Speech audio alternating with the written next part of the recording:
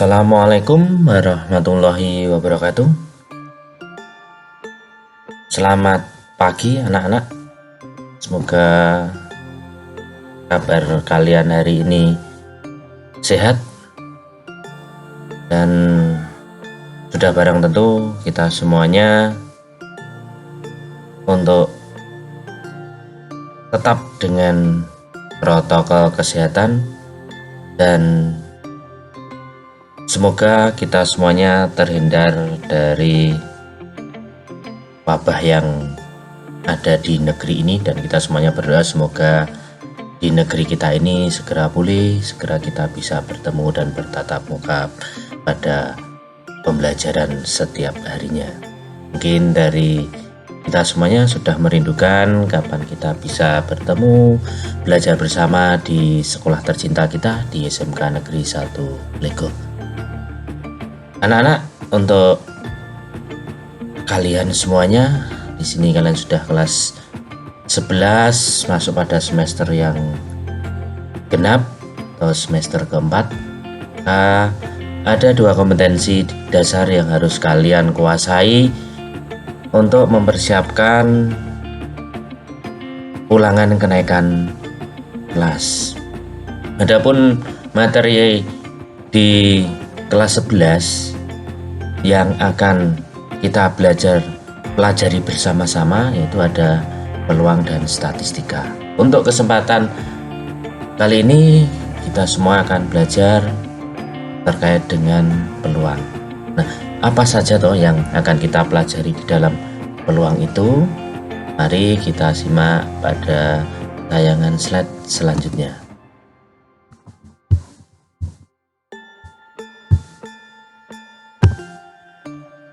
Nah, di dalam peluang yang akan kita pelajari anak-anak yaitu kaidah pencacahan.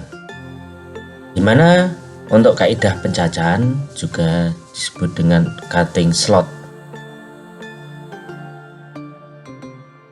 Nah, untuk mempelajari itu lebih dahulu kita ketahui dulu bersama-sama apa yang disebut dengan kaidah pencacahan.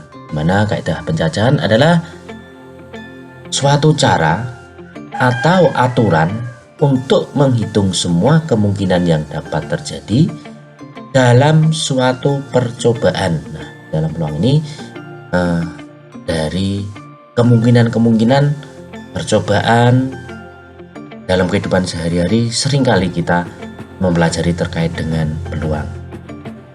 Nah, di dalam kaidah pencacahan di sini anak-anak, kita semua akan mempelajari yang pertama nanti adalah aturan pengisian tempat kedudukan. Yang kedua kita akan belajar tentang permutasi, dan yang terakhir adalah kombinasi. Mana anak-anak sudah bisa sedikit ada gambaran terkait dengan kaidah pencacahan apa yang harus kita pelajari dan apa kompetensi yang harus kita dapatkan dari pembelajaran ini. Kita perhatikan pada tayangan selanjutnya. Nah, di dalam aturan pengisian tempat di sini, jika kejadian pertama dapat terjadi dalam K1 cara yang berbeda, kejadian 2 dapat terjadi dengan K2 cara, dan seterusnya sampai dengan kejadian ke N. Maka banyak cara yang berbeda yang dapat terjadi adalah dirumuskan K1 dikalikan dengan K2 dikalikan sampai dengan KN. Namun ada beberapa sumber di dalam matematik itu tidak identik dengan K. Bisa nanti dilambangkan dengan X1 dikalikan X2 dikalikan sampai dengan XN. Jadi nanti kalau kalian dapatkan sumber lain yang mana kok rumusnya berbeda, konsepnya berbeda, maksud dan tujuannya adalah sama. Nah, untuk lebih memahaminya kita lihat pada contoh selanjutnya. Nah, di sini contoh yang pertama. Nah, kebetulan di sini Bapak ambil nama Andi. Nah, Andi akan menjadi inspirasi kita semua dalam mempelajari ini. Misal Andi mempunyai baju putih, baju batik, dan baju coklat, serta mempunyai celana hitam dan celana coklat. Berapa cara Andi dapat memasangkan baju dan celananya? Nah, di sini kamu perhatikan di dalam penyelesaiannya, yang pertama kita bisa dengan memasangkan dari baju dan celana tersebut, di mana tadi Andi itu memiliki baju yang berwarna putih, baju batik dan baju coklat, serta celananya adalah hitam dan coklat. Maka di sini untuk baju putih juga kita pasangkan dengan celana yang hitam dan coklat. Baju batik juga kita pasangkan dengan hitam dan coklat. Serta yang terakhir baju coklat pun harus kita pasangkan dengan baju hitam dan celana hitam dan celana coklat. Maka di sini dapat diketahui pasangannya adalah baju putih pasangannya dengan celana hitam. Maka dapat ditulis putih dan hitam. Untuk baju putih dipasangkan juga dengan yang celana coklat, maka akan didapatkan bajunya putih, celananya coklat. Seterusnya batik pun juga begitu. Batik dipasangkan dengan celana hitam, batik dipasangkan dengan celana coklat. Untuk baju coklat dipasangkan dengan celana hitam dan baju coklat dipasangkan dengan celana coklat. Jadi dapat dihitung bahwa di sini kejadian yang pasangan yang berbeda ada 6 pasang baju dan celana. Dapat dilihat dari 1, 2, 3, 4, 5, dan 6. Nah, dengan konsep tadi di awal juga bisa dengan cara yang kedua, dengan model perkalian sebagai berikut. Banyak baju yang dimiliki Andi tadi ada 3, celananya ada 2, tinggal dikalikan 3 dikalikan 2, hasilnya adalah 6. Nah, lebih mudah kan? Untuk selanjutnya, anak-anak, contoh yang kedua. Di sini Bapak sediakan angka 2, 3, 4, 5, 6, 7, dan 8. Tentukan banyaknya angka yang bisa disusun dengan ketentuan A. Terdiri dari 3 angka atau ratusan boleh berulang, B. Ratusan tidak boleh berulang, C. Ribuan genap, D. Ribuan ganjil tidak berulang. Nah, karena di sini anak-anak terdiri atas 3 angka, maka bilangannya sudah barang tentu, berarti bilangan yang dibuat adalah bilangan ratusan terdiri atas 3 angka yang A boleh berulang. Maka di sini kita buat 3 kotak terdiri 3 angka atau ratusan boleh berulang, berarti angka-angkanya 2, 3, 4, 5, 6, 7, dan 8 ini bisa menempati baik itu ratusan, puluhan maupun satuan. Berarti hasilnya akan didapatkan 7 dikalikan 7 dikalikan 7 sama dengan 343. Banyak angka yang tersedia. Selanjutnya anak-anak, untuk yang B, ratusan tidak boleh berulang. Karena tidak boleh berulang berarti di kolom untuk kotak ratusan seluruh angka bisa masuk, berarti ada 7. Semisal angka 7 ini sudah kita ambil, berarti kotak berikutnya angka 7 tidak boleh masuk, berarti tinggal 6 angka. Kotak berikutnya sama, berkurang 1 lagi, berarti tinggal 7 kali 6 kali 5 sama dengan 210. Untuk ribuan genap, karena ribuan berarti ada 4 kotak, terdiri atas ribuan, ratusan, puluhan, dan satuan. Karena di sini genap, maka diisi yang terakhir dulu. Angka genap yang ada angka berapa? 2, 4, 6, dan 8, berarti ada 4. Karena boleh berulang, maka kolom kotak yang terakhir bisa diisi 7 angka yang lain. Berarti 7 kali 7 kali 7 kali 4 sama dengan 1372. Untuk ribuan ganjil tidak boleh kurang, sama karena ganjil maka diambil dari angka yang satuannya dulu. Yang bisa menunjukkan angka ganjil adalah 3, 5, dan 7. Tidak boleh berulang, berarti di sini tinggal 3 angka dan 2 angka, sisanya berarti didapatkan 4 kali 5 kali 6 kali 3, ada 360. Nah, itu itu anak-anak untuk pembelajaran hari ini.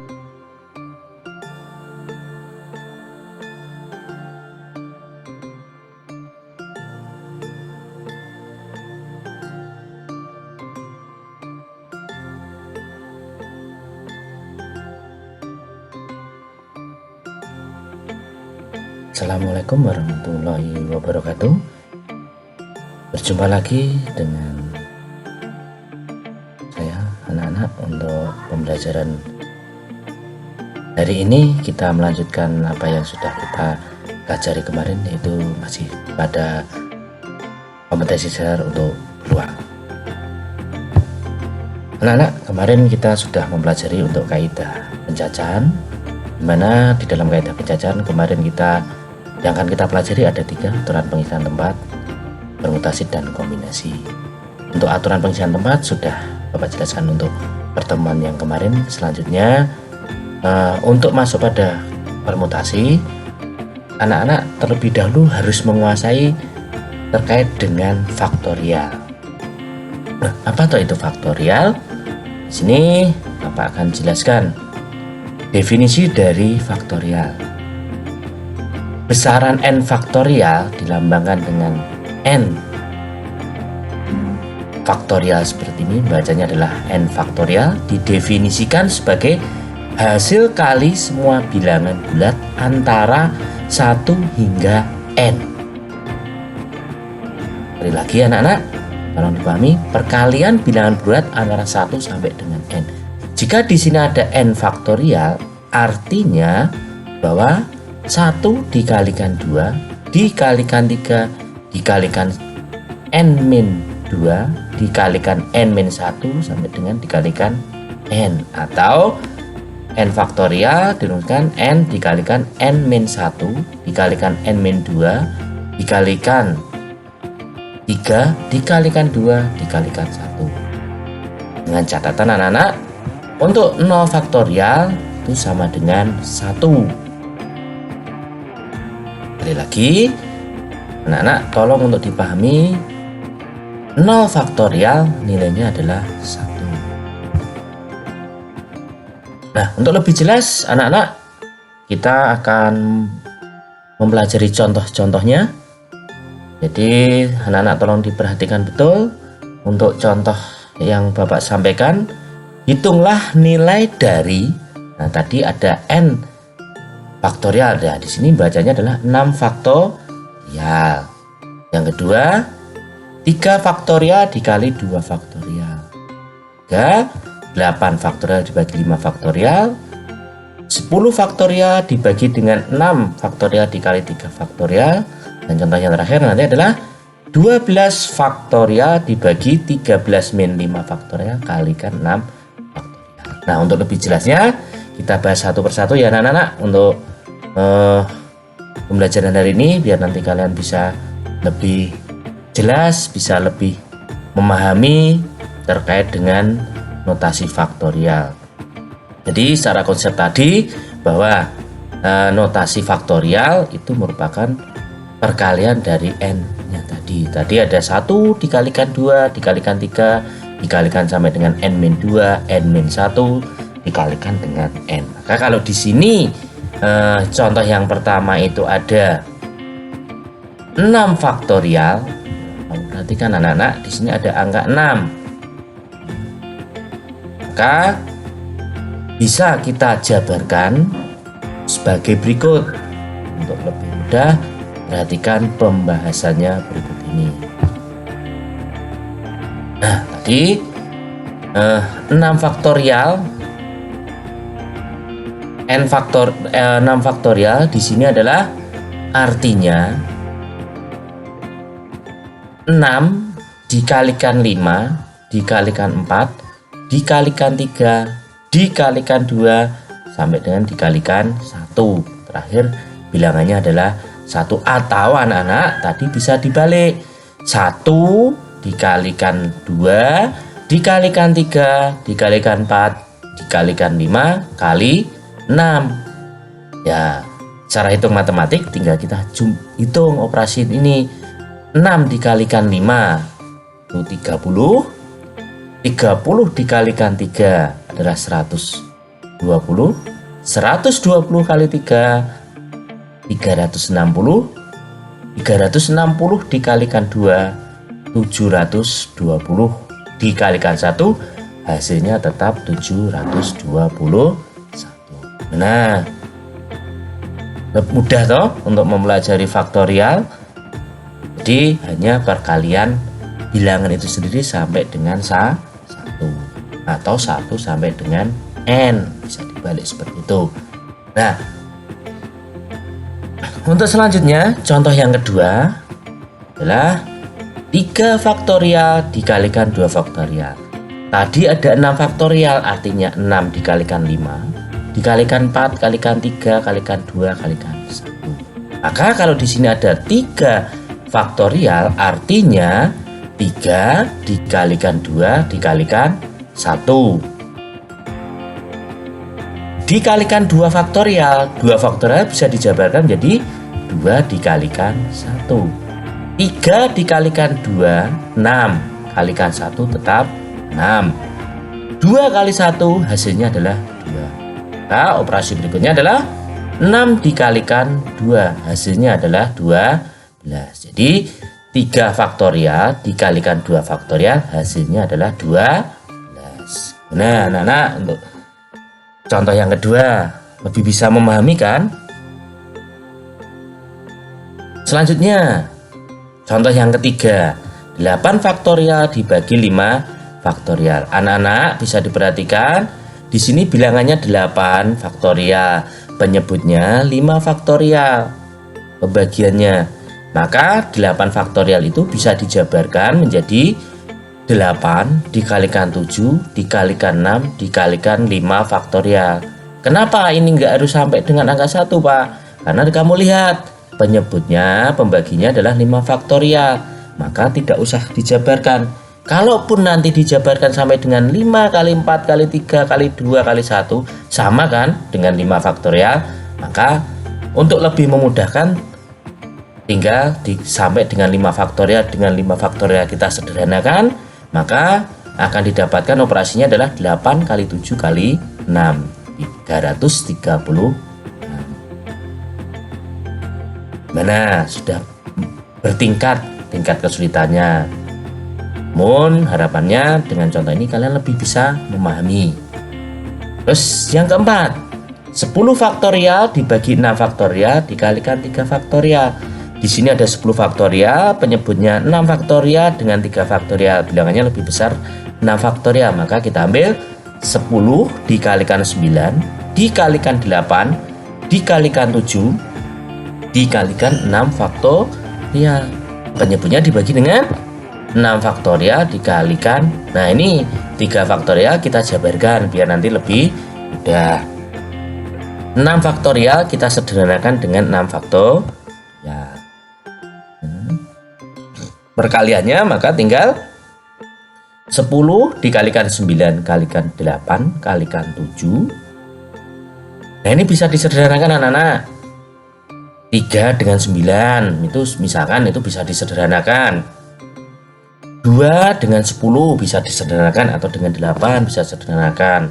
Maka hasilnya ini 3 sederhanakan dengan 9 tinggal 10 kalikan 3, 2 sederhanakan dengan 8 berarti menjadi 4 dikalikan 7, hasilnya adalah 840. Mana dengan contoh yang keempat ini sudah bisa dipahami ya. Selanjutnya contoh yang kelima, anak-anak, 12 faktorial dibagi dengan 13 dikurangi 5 faktorial kali 6 faktorial.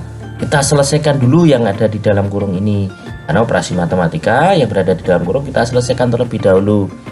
13 kurangi 8 artinya adalah 8 faktorial. Maka di sini 12 kalikan 11 kalikan 10 kalikan 9 dikalikan 8 faktorial, di bawah 8 faktorial dikalikan 6 kali 5 kali 4 kali 3 kali 2 kali 1. Berarti 8 faktorial disederhanakan dengan 8 faktorial, hasilnya tinggal 33 per. Nah, gimana anak-anak dengan 5 contoh tadi? bisa dipahami, untuk bisa dimengerti, karena ini sebagai prasyarat untuk kalian bisa masuk pada kompetensi yang berikutnya, yaitu untuk permutasi. Saya kira sampai di sini dulu untuk pertemuan kali ini. Yang selanjutnya, pada pertemuan selanjutnya kita akan membahas terkait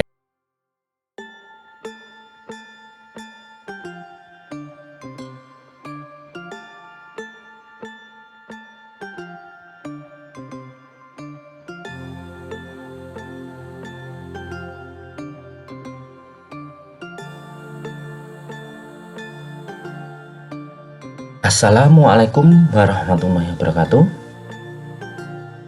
Anak-anak, untuk pertemuan yang keempat ini kita masih mempelajari terkait dengan peluang, yaitu pada kaidah pencacahan. Kalau pertemuan pertama sudah kita pelajari aturan pengisian tempat, faktorial, terus permutasi. Untuk pertemuan yang keempat ini kita akan membahas terkait dengan kombinasi. Dengan pada waktu permutasi, ya kita harus tahu dulu apa toh itu kombinasi. Namun kalau permutasi kemarin sudah ada garisnya, acuannya, yang mana permutasi dengan memperhatikan urutan. Nah, kalau dengan kombinasi bagaimana? Lebih jelasnya kita pelajari secara bersama-sama yuk. Nah, kombinasi adalah banyaknya susunan unsur dari kelompok unsur tanpa memperhatikan. Nah, disinilah anak-anak bedanya permutasi dengan kombinasi. Kalau permutasi dengan memperhatikan urutan, sedangkan kombinasi tanpa memperhatikan urutan. Dirumuskan, kombinasi n unsur dari r unsur yang ada, yaitu n faktorial dibagi n min r faktorial dikalikan r faktorial. Ya, sama, n itu adalah unsur-unsur yang tersedia, sedangkan r itu adalah yang dipilih. Nah, di sini tanpa memperhatikan urutan berbeda. Jadi konteksnya sudah berbeda. Nah, kalau soal itu nanti permasalahan yang kita hadapi tidak perlu memperhatikan urutan, pengerjaannya sudah barang tentu dengan kombinasi. Lebih jelas kita pelajari lebih lanjut. Ya, contohnya dari 5 orang akan dipilih sebagai tim bulu tangkis ganda. Berapa banyak tim yang dapat dibentuk? Ganda itu terdiri atas 2 orang, namanya ganda. Nah, di sini apakah harus ada urutan? Tidak harus. Jadi dari 5 orang itu bisa nggak dipasangkan jadi berapa pasang yang berbeda?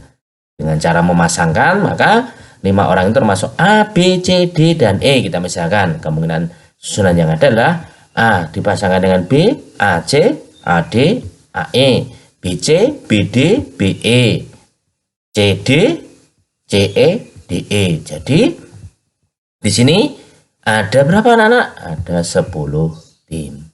Itu dengan cara yang pertama, dengan memasangkan. Itu pun kalau permasalahannya itu simpel, dalam artian masih sedikit. Nah, kalau itu ada puluhan, ratusan, kemungkinannya, maka di situ amat sangat sulit kalau itu tetap dengan cara seperti ini dipasangkan. Sebab itu kita pelajari untuk selanjutnya anak-anak. Nah, dengan cara yang kedua, dengan menggunakan rumus. Tadi ada 5 orang, akan dipilih 2 menjadi pemain ganda pada bulu tangkis. Berarti tinggal kombinasi 2 dari 5. 5 faktorial dibagi dengan 5 dikurangi 2 faktorial kalikan 2 faktorial.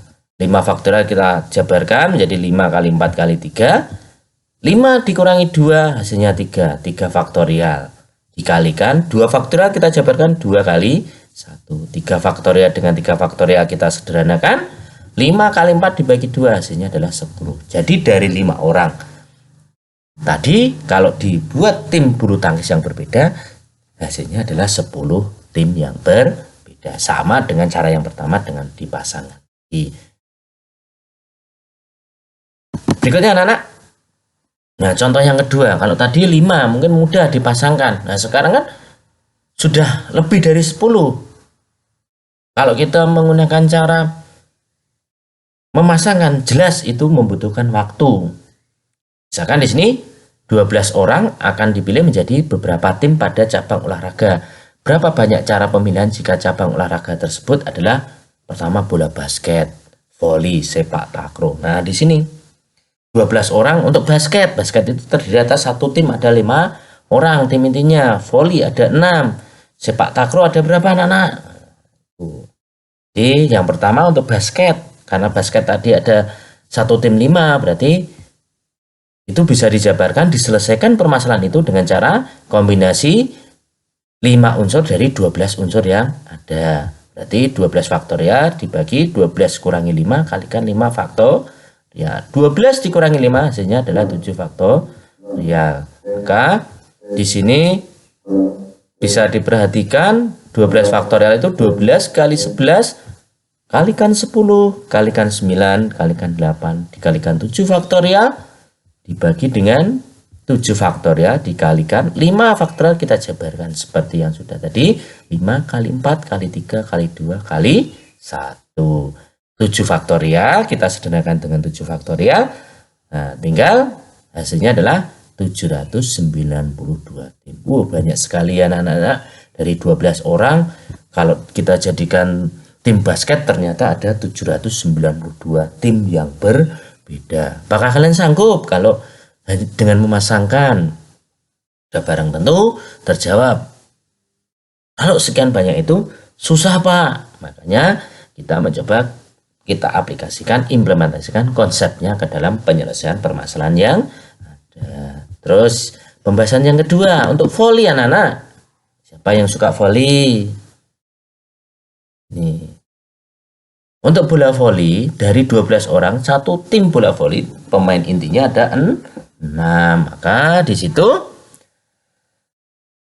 permasalahan itu dapat diselesaikan kombinasi 6 unsur dari 12 unsur yang tersedia. Jadi 12 faktorial dibagi 12 dikurangi 6 kalikan 6 faktorial. 12 dikurangi 6 hasilnya adalah 6 faktorial.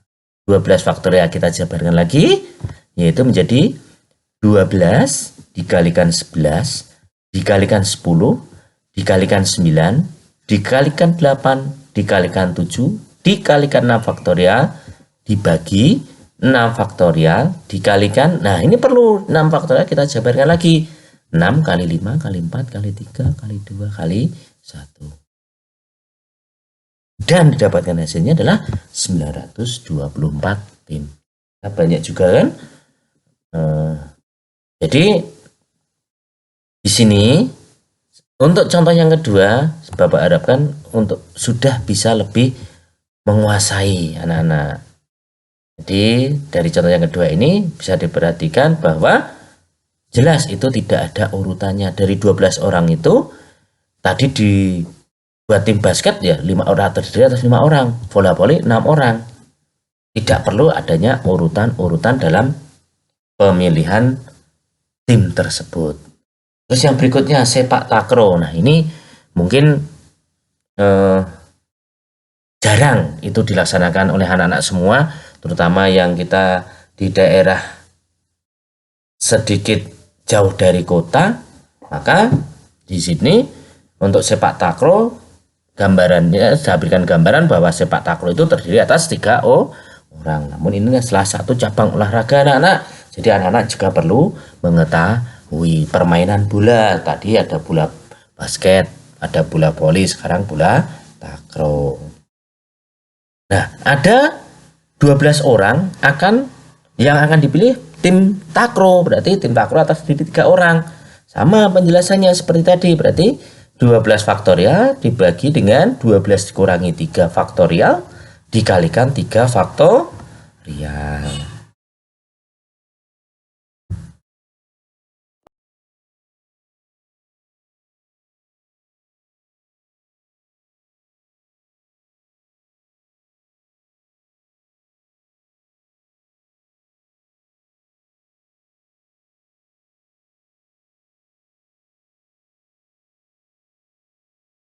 Assalamualaikum anak-anak. Lagi dengan ya untuk pertemuan yang ketiga. Untuk pertemuan yang ketiga ini anak-anak kita masih mempelajari yang sama, yaitu masih pada kompetensi peluang. Standar kompetensinya adalah peluang seperti yang sudah Bapak jelaskan pada pertemuan 1 dan pertemuan yang kedua, bahwa di dalam peluang itu yang akan kita pelajari pertama terkait dengan kaidah pencacahan. Kemarin sudah kita pelajari aturan pengisian tempat. Selanjutnya untuk masuk pada permutasi, kemarin ada prasyarat harus menguasai dulu yang namanya faktorial. Pertemuan kedua kita sudah mempelajari untuk faktorial, maka pada pertemuan yang ketiga ini anak-anak kita akan belajar terkait dengan permutasi. Nah, untuk lebih jelasnya kita sampaikan untuk slide selanjutnya ya anak-anak, yaitu permutasi. Nah, sebelum ada pepatah tak kenal maka tak sayang, maka kita mengenal dulu apa toh itu permutasi. Permutasi adalah banyaknya cara susunan unsur dari sekelompok unsur dengan memperhatikan urutan. Di sini anak-anak tolong digarisbawahi bahwa ada kata-kata memperhatikan urutan. Nah, contoh dalam kehidupan sehari-hari apa toh yang dengan memperhatikan urutan?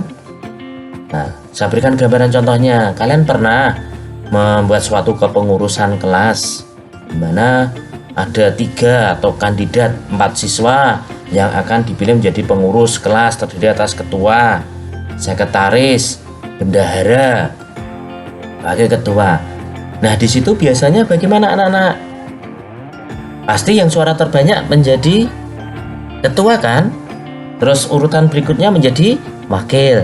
Baru di urutan ketiga menjadi sekretaris, dan yang mendapatkan suara terendah adalah menjadi bendahara. Maka dengan kejadian itu adalah contoh konkret dalam kehidupan sehari-hari, kejadian yang bisa diselesaikan dengan menggunakan permutasi. Nah, di sini ada 3 jenis permutasi yang akan kita pelajari. Yang pertama, permutasi R unsur dari N unsur yang berbeda. Yang kedua, permutasi jika ada unsur-unsur yang sama. Dan yang ketiga adalah permutasi siklis. Jelasnya kita pelajari satu persatu anak-anak.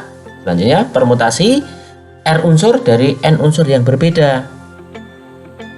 Nah, di sini dirumuskan dalam konsepnya adalah permutasi, ini bacanya adalah P, itu adalah permutasi N unsur dari R unsur yang ada. Dirumuskan menjadi N faktorial dibagi dengan N min R faktorial, di mana N itu adalah banyak unsur yang tersedia, sedangkan R itu adalah unsur yang akan dipilih. Nah, lebih jelasnya perhatikan anak-anak contohnya di sini. Nah, ini yang suka dengan sepak bola atau sekarang yang lagi tren dengan futsal. Ada 3 orang yang terdiri atas ada 3 orang yang tersedia akan dipilih sebagai kapten, kiper. Banyak cara pemilihan adalah ini, memperhatikan anak-anak. Tadi cara yang pertama, misal 3 orang tersebut adalah A, B, dan C. Ari, Budi, dan Charlie, atau Alfa, Beta, dan Gamma bisa. Kita bisa membuat kemungkinan pemilihan itu adalah A dengan B, A dengan C, B dengan C, B dengan A, C dengan A, atau C dengan B. Ingat, urutan diperhatikan. Urutan pertama sebagai kapten, urutan kedua sebagai kiper. Jadi 6 cara dalam pemilihan tersebut. Perhatikan dengan dipasangkan caranya adalah seperti ini dengan cara yang pertama. Terus yang selanjutnya, anak-anak, dengan cara yang kedua kita dengan menggunakan rumus yang tadi bahwa permutasi N unsur dari R unsur yang ada dirumuskan N faktorial dibagi dengan N dikurangi dengan R faktorial. Tadi anaknya itu ada 3, yaitu A, B, dan C. Sedangkan yang akan dipilih itu hanya terdiri atas kapten dan kiper. Maka banyaknya caranya dirumuskan permutasi 3 dari 2, karena 3 tersedia siswanya dan akan dipilih 2 yang terdiri atas kapten dan kiper. per. Maka dapat diselesaikan permasalahan ini menjadi 3 faktorial dibagi dengan 3 dikurangi 2 faktorial.